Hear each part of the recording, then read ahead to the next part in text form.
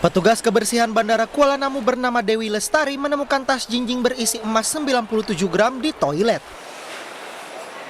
Dewi menemukan tas saat membersihkan toilet di lantai 2 Bandara Kuala Namu. Ia pun langsung melapor kepada koordinator kebersihan. Saya melihat ada sesuatu yang tertinggal di atas tempat tisu. Lalu saya mengambilnya. Saya bertanya kepada beberapa orang yang ada di toilet, apakah ada barang seperti ini yang tertinggal milik mereka? Mereka bilang nggak ada. Lalu saya mengecek apa isinya. Saya lihat itu kuning sih, mungkin emas. Langsung saya tutup kembali, saya serahkan ke pihak security. Dan saya lapor ke pihak pengawas saya sendiri. Dari pihak security masih memberitahu, saya dipanggil ulang bahwasanya itu emas yang beratnya 97,2 gram. Mereka mengatakan seperti itu. Kami kan memang SOP-nya seperti itu, Mas. Penemuan barang sekecil apapun harus dikembalikan kepada pihak security. Belum ada pihak yang mendatangi Bandara Kuala Namu yang melaporkan kehilangan emas. Saat ini tas berisi emas masih disimpan oleh pihak Bandara Kuala Namu. Dari Deli Serdang, Sumatera Utara, Amiruddin, iNews melaporkan. Vonis 1 tahun penjara dijatuhkan kepada artis Nia Ramadhani dan suaminya Ardi Bakri dalam kasus penyalahgunaan narkoba. Vonis ini lebih berat dari tuntutan jaksa penuntut umum, yakni rehabilitasi selama 1 tahun.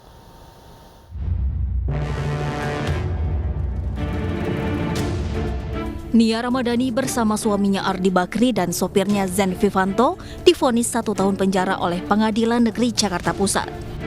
Nia, Ardi, dan Zen terbukti bersalah dalam kasus penyalahgunaan narkotika jenis sabu. Hakim menilai para terdakwa bukan korban penyalahgunaan narkoba karena mengkonsumsi sabu secara sadar dan telah terbukti secara sah dan meyakinkan melakukan tindak pidana penyalahgunaan narkotika golongan 1. Sebagaimana diatur pasal 127 ayat 1 huruf A Undang-Undang Nomor 35 Tahun 2009 tentang narkotika. Menjatuhkan pidana terhadap terdakwa 1 Zen Vivanto, terdakwa 2 Ramadhania Ardiansyah Bakri, terdakwa 3 Aminra Ardiansyah Bakri oleh karena itu dengan pidana penjara masing-masing selama 1 tahun. Sementara itu, kuasa hukum terdakwa menyatakan ketiga terdakwa merupakan korban penyalahgunaan narkoba, sehingga akan mengajukan banding atas vonis yang dijatuhkan.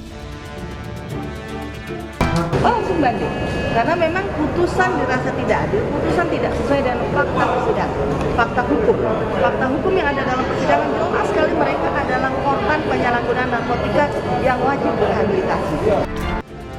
Vonis tersebut berbanding terbalik dari apa yang dituntut jaksa penuntut umum sebelumnya, yaitu 12 bulan masa rehabilitasi di Rumah Sakit Ketergantungan Obat Cibubur, Jakarta Timur. Hakim menganggap para terdakwa bukan merupakan korban penyalahgunaan narkoba, sehingga harus dihukum penjara bukan dengan rehabilitasi medis maupun rehabilitasi sosial. Dari Jakarta, Louis Ayu, Sugi Cahyadi, iNews melaporkan. Tim kuasa hukum Ferdinand Hutahean akan mengajukan penangguhan penahanan terhadap kliennya. Selain karena tulang punggung keluarga, penangguhan penahanan juga atas dasar riwayat penyakit khusus yang diderita Ferdinand.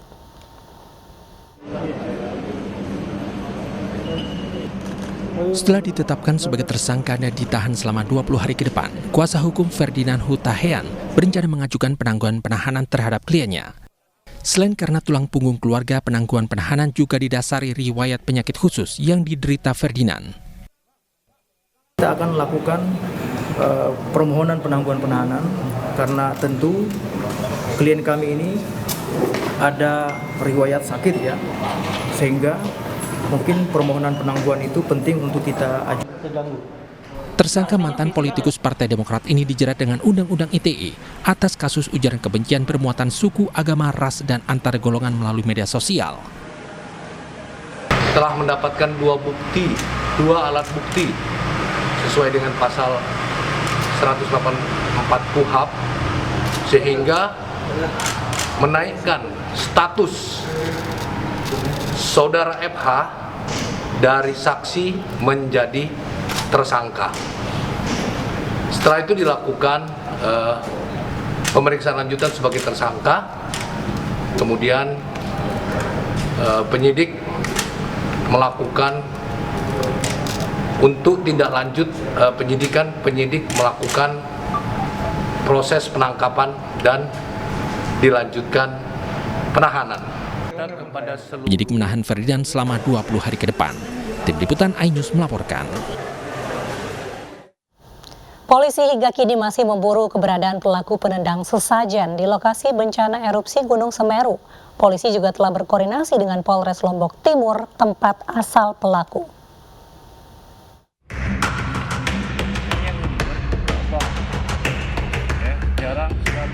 Aksi seorang pemuda yang membuang dan menendang sajen di lokasi bencana erupsi Gunung Semeru, Lumajang, Jawa Timur berbuntut panjang. Kepolisian Resor Lumajang hingga kini masih memburu pelaku dan juga merekam video. Pelaku diketahui berinisial HF yang merupakan warga Kabupaten Lombok Timur, Nusa Tenggara Barat. Seseorang dengan inisial HF tersebut kita akan lakukan koordinasi. Saya sudah melakukan koordinasi dengan Polres tempat di mana orang tersebut diketahui. Selain memburu pelaku hingga ke Lombok Timur, polisi juga mencari keberadaan pelaku di sekitar Lumajang dan perbatasan Malang. Di samping itu, Polres Lumajang didukung tim Cyber Troops Polda Jawa Timur juga menelusuri jejak digital media sosial pelaku. Video pembuangan dan penendangan sajen di lokasi bencana erupsi Semeru viral di media sosial. Tidak hanya dikecam, pelaku juga dilaporkan ke polisi karena mencederai kerukunan antar umat beragama. Dari Lumajang, Jawa Timur, Yayan Nugroho, iNews melaporkan. Sebanyak 433 jemaah umroh kembali diberangkatkan ke Tanah Suci. Mereka yang berangkat telah menjalani proses karantina.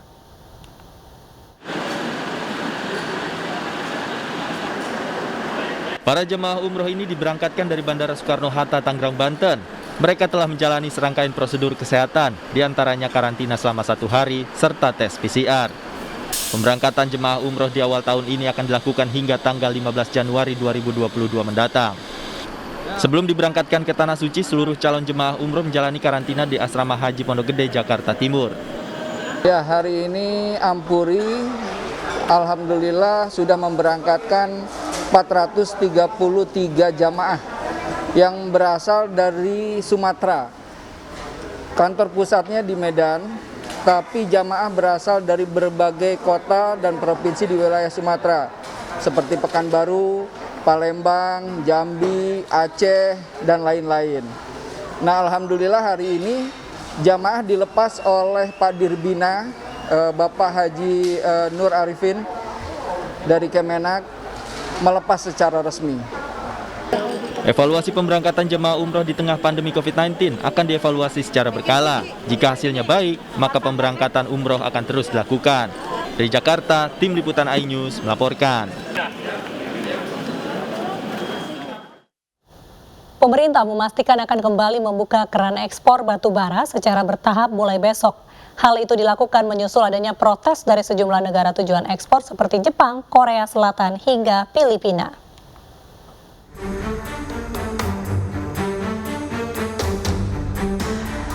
Menteri Koordinator Bidang Kemaritiman dan Investasi Luhut Binsar Panjaitan memastikan ekspor batubara mulai dibuka bertahap pada Rabu 12 Januari 2022.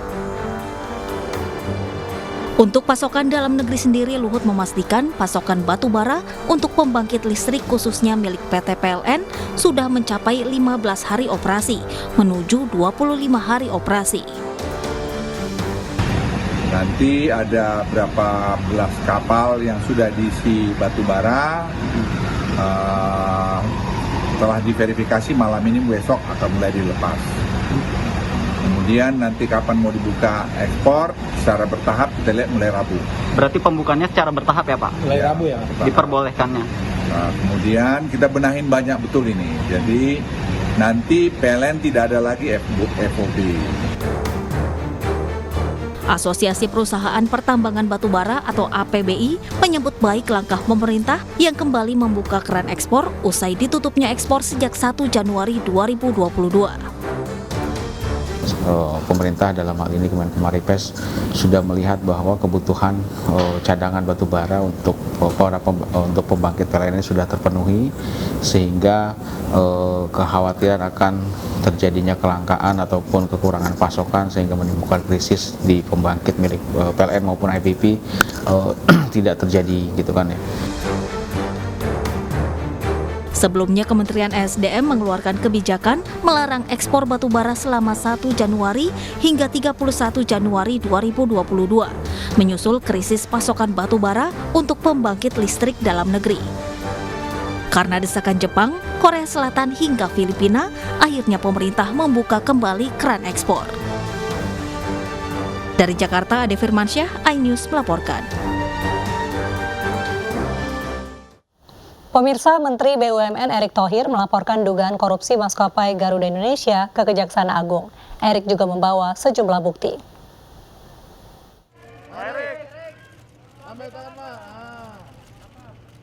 Menteri BUMN Erick Thohir melaporkan dugaan korupsi yang membelit maskapai plat merah Garuda Indonesia. Erick mendatangi Kejaksaan Agung untuk membawa sejumlah bukti, di antaranya hasil audit investigasi dari BPKP pesawat Garuda jenis ATR 72600. Garuda ini sedang tahap daripada restrukturisasi.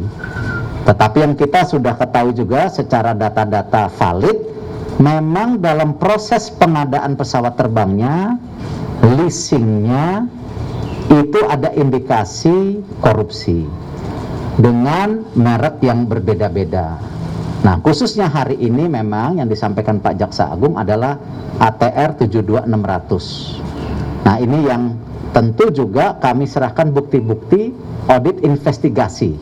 Jadi bukan tuduhan, karena kita sudah bukan eranya saling menuduh, tetapi mesti ada fakta yang diberikan.